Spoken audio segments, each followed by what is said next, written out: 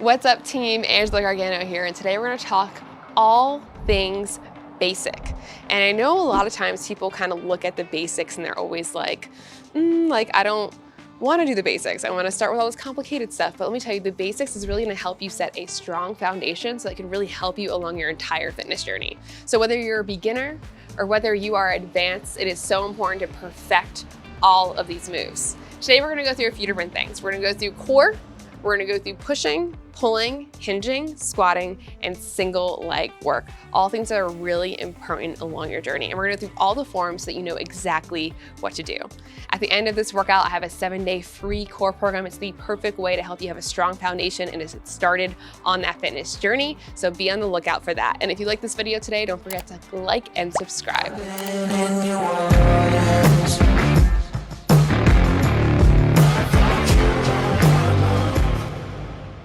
So first we're gonna get started with our core. Okay, really important that we have a strong foundation before we do anything. So I have 3 different movements that I want you to master and really know the most of. So let's drop down to the floor. And the first move we're gonna start with is the dead bugs. So we're gonna lay back. Haley's gonna come do them with me too. We're gonna have our legs here at 90 degrees. We're gonna inhale, exhale, push the low back down to the ground to really have a nice tight core here. Hands on our knees, knees on our hands. Notice here that my head is completely on the floor. Then you're gonna extend the same arm and the same leg out while maintaining that core, and then bring it back in and switch to the other side. So this is one of the core movements that you should really master. One of the basic movements you should master, right? Because if you can keep your core nice and tight while functionally moving these legs, it's going to be a game changer. So really perfect this simple movement. Right, Haley? She knows. She's like, yes, Angela, you got to perfect this movement. Movement number 2, you're going to stay on the floor. We're going to do some heel taps. So feet still here at 90 degrees, still making sure to maintain that core push, so pushing the lower back to the ground. Again, you can put a hand underneath you if you need to make sure you're really maintaining that. Hands on the side, and you're going to lower your heels down to the ground and then bring them back up. So the one thing I want you to think about, it really doesn't matter how low you go, right? It doesn't matter if you actually hit your heels to the ground. It matters if you're keeping that low back pushing the entire time and keeping that core nice and tight. So really make sure that you're doing that while you're doing this, and instead of just like rushing it and going fast. And my coach always tells me over and over again, more isn't always better, better is better. So you want to make sure you're keeping quality form with all these movements that I'm going through with you, and that you really perfect them. So again, heel taps, up and down. The next movement is going to be the classic plank. So you're going to roll around.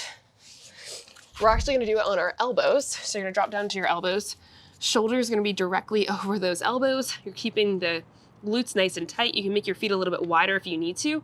And the biggest thing you want to think about when you're doing your core plank is not having your body laying down low and not having your butt super high. So think about being like right here. Now, if this feels like a lot for you and you're like, oh, no way, this is hard and I'm having a hard time with this, you can always drop down to your knees and put those feet up and just hold. So again, now you have that option here. So again, 3 core movements that you should master: dead bug, heel taps, and plank hold. The next movement we're going to go into is going to be the push. And we're going through all these movements. This doesn't necessarily mean that you have to do these movements in every workout. You can split them up into different days and things like that. But this is what you should be having in a workout program. You should be seeing all these different things. So next one is the push. We're just going to go over the classic push-up. Now, with your push-up, one of the main things and main factors I like to tell everybody is that your elbows shouldn't be out here. Okay, when you're doing it, they should be 45 degrees away from your body. And some of you may be like, what is 45 degrees? I don't understand. I'm gonna show you right now. When you do your push-up, if you start with your elbows in and you turn them out to the side like this, so here, turn them out, this is where your elbows should be when doing your push-up, 45 degrees, okay? Now if you drop that down to the ground, okay, our hands are on the floor, shoulder width apart. You can make your feet a little bit wider. Okay, you'll drop down evenly. Everything should go up and down evenly at the same rate, and back up. Now, obviously, push-ups can be tough, right? It can be a tough thing to get started with. So you can always drop down to your knees, but if you do that, make sure you get into a plank first, then drop down, bring your feet up, and then do your push-up.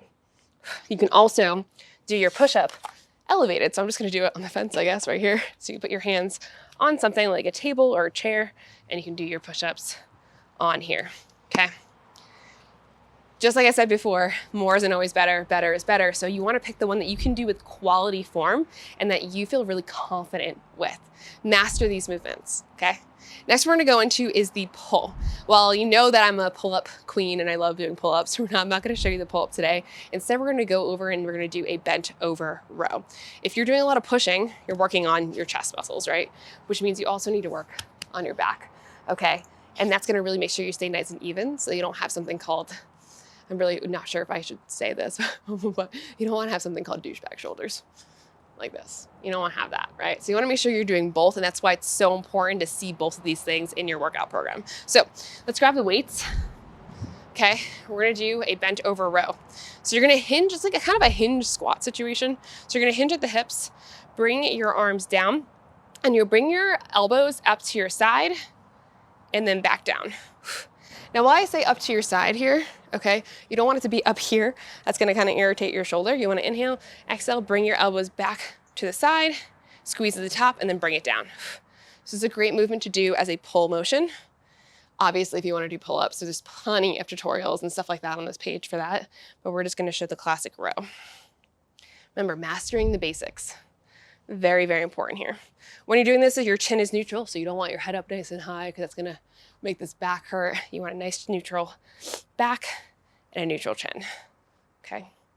So we've got the core, we got the push, we got the pull, and now we're gonna go into the hinge, okay? So the hinge movement, what I like to show people is to karate chop their hips. So you're gonna have your feet shoulder width apart.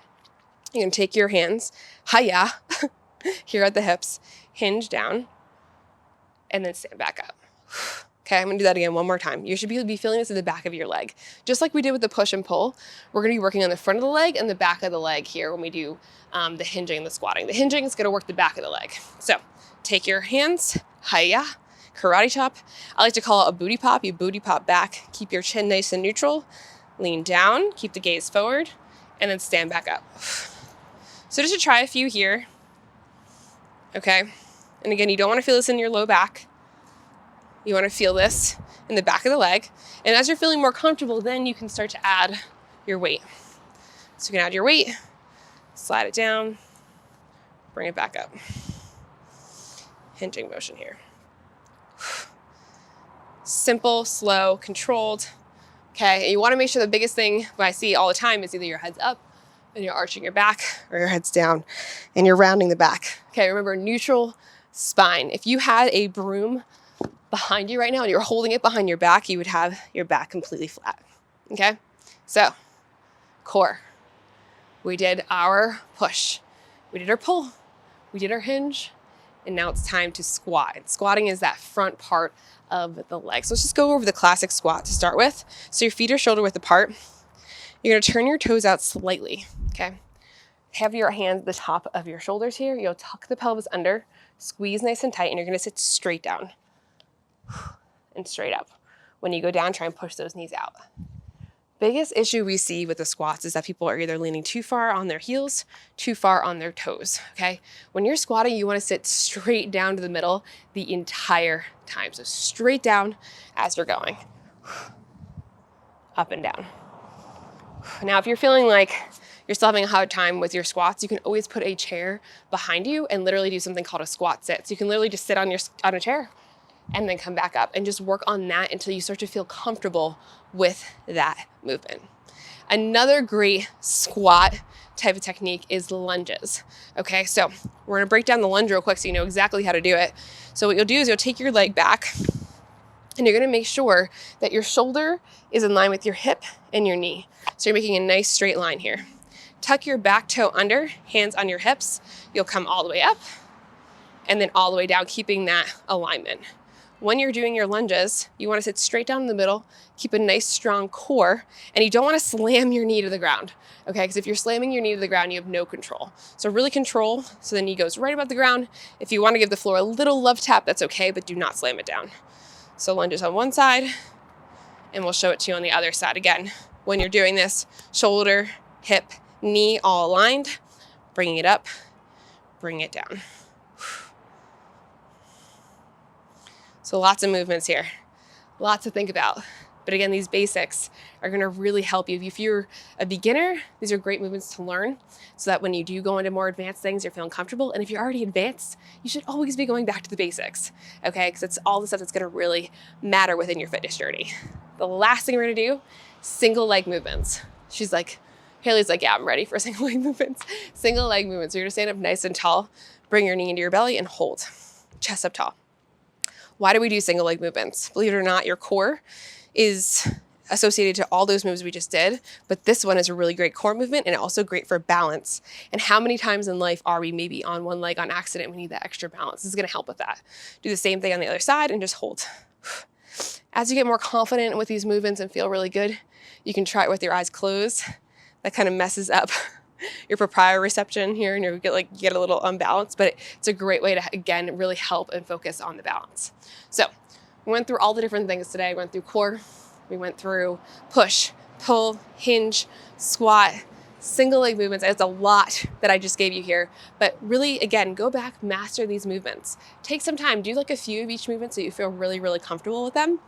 And then when you're ready, head on over and do that free core program that I have. And you actually can click down below and get it. It's gonna help you create a strong foundation and really make sure that you can help you with all the basics along your journey. And again, basics are important, okay? I feel like sometimes they're underutilized and sometimes they're forgotten about, but I want you to remember that they are important. So, hope you enjoyed this video today. If you liked it, make sure that you like and subscribe, and I'll see you again soon.